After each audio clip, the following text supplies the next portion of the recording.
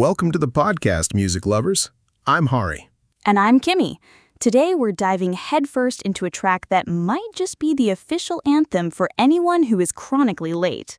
That's right. We're unpacking Paramore's Running Out of Time, an incredibly infectious tune released as the fourth single from their 2023 studio album, This Is Why.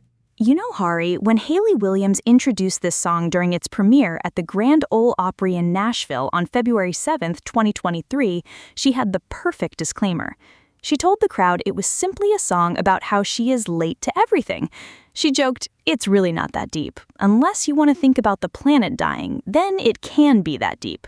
That is classic Hayley Williams, sneaking massive existential dread into what appears to be a lighthearted pop rock and dance rock track. To really understand where this song came from, we have to rewind a bit. After releasing their critically acclaimed album After Laughter in 2017, Paramore cut their fourth world tour short and went on their very first hiatus since forming in 2004. It was a crucial break. The band members needed to focus on their mental health and pursue individual projects. But by late 2021, they were back in the studio. Hayley, Taylor York, and Zach Farrow actually wrote Running Out of Time in the very early stages of the new album's production. Produced by Carlos de la Garza in Los Angeles, the track has a fascinating sonic architecture. Let's geek out on the music theory for a second. The song deliberately opens on the offbeat with a bluesy guitar riff. According to a Stereogum review by Vivek Madala, starting on that offbeat creates a subconscious sense of rushing, which perfectly mirrors the song's central theme of running out of time. That is such a brilliant detail. That riff eventually resolves to F-sharp major for the verse. Hayley sings over these syncopated beats, utilizing chromatic mediant and stable tonic chords, not to mention those rich sixth chords. It sounds complex on paper, but it plays incredibly smoothly. Absolutely. And as you hit the pre-chorus, the chords stay the same, but the rhythm becomes less syncopated, grounding the listener before tossing them into a bridge where the guitar takes on a super groovy tone. Hayley even drops in several blue notes there. The composition perfectly balances atmospheric textures and, as Paste magazine put it, a syncopated buoyancy. Speaking of balance, Helen Brown in The Independent pointed out how Hayley's frantic shrieks of "Be there in 5" are so prettily balanced by these sweetly crooned backing vocals. It perfectly captures the lyrical themes of the song, making excuses, time management, and underlying anxiety. The lyrics are a masterclass in everyday stress. Hayley repeatedly uses "I ran out of time" as a shield for failing to do personal tasks. We're talking about mundane things like forgetting to walk the dog, failing to bring flowers to a neighbor, or not sending condolences. And the inspiration behind realizing how bad she was at these ordinary things is actually a really fun fact. It involves another massive pop star.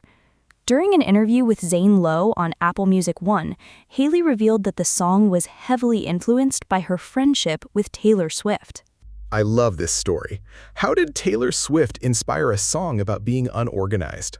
So Taylor apparently showed Hayley this specific closet in her house that is entirely dedicated to keeping items on hand to give people as gifts. Seeing that level of organization made Hayley realize her own life was completely not together. She admitted she can barely remember to send someone a card, let alone maintain a dedicated gift closet. That is hilarious. A gift closet would definitely send me into a mild panic about my own life choices, too.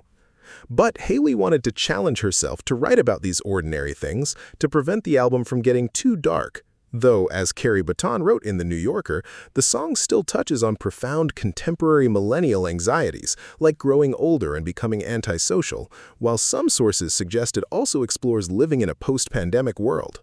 Critics really resonated with that dual nature. Bobby Olivier in Spin magazine called it playful and deemed it an anthem for enemies of punctuality. He even compared it to a sequel to Afroman's classic Because I Got High, replacing the substance use with just pure executive dysfunction. It really struck a chord.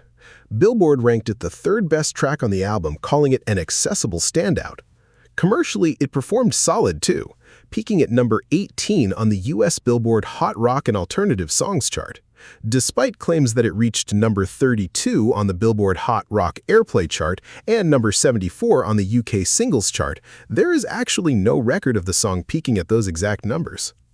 Oh, and for the hardcore fans, the band distributed flexi-disc singles of the track at live release parties leading up to the album. We also have to talk about the visual side of this release. The music video, directed by Ivana Boren, dropped on February 16th, just 2 days after they performed the track on Jimmy Kimmel Live. The video is essentially an Alice in Wonderland fever dream. It really is. Hailey gets pulled from a standard recording studio right through a guitar case into this heavily distorted, colorful landscape. The instruments come to life and start approaching her, which is a fantastic metaphor for her anxieties. My favorite visual is when the band members' limbs grow several feet long as they try to navigate these unusual situations. Eventually, they are seen running on a literal track in outer space to escape back to the studio. Adrian Garrow from Rock Seller magazine compared the whole aesthetic to those iconic 1990s music videos from Nirvana and the Smashing Pumpkins. It is a gorgeous video, and it was even shortlisted in the Best International Rock Video category at the 2023 UK Music Video Awards. But we can't ignore the fashion. The costuming is deeply meaningful. Yes, Hailey wears several outfits by the legendary British designer Vivienne Westwood. She rocks a corset from Westwood's 1990 portrait collection and a stunning golden dress from the Spring-Summer 2016 collection. The band's stylist, Lindsay Hartman, noted that Westwood was their ultimate hero. Since they filmed the video shortly after Westwood's death in 2022, it served as a heartfelt tribute. She also wears a bold red Rodarte dress while running on that space track at the end, a designer she kept wearing throughout the This Is Why tour. It is so cool how a song about being a disorganized mess resulted in such a meticulously crafted audio and visual experience. Truly, from glitchy anacrusis to high fashion, Paramore packed so much into this track. But looking at the clock, it seems we are literally running out of time for today's show. What a fitting conclusion, Kimi. Thank you to everyone listening to our deep dive into the chaotic, syncopated world of Paramore. We hope you discovered something new about your favorite tracks. Take care, everyone. Have a fantastic week ahead. And remember, if you're running late, just blame it on existential dread. Goodbye.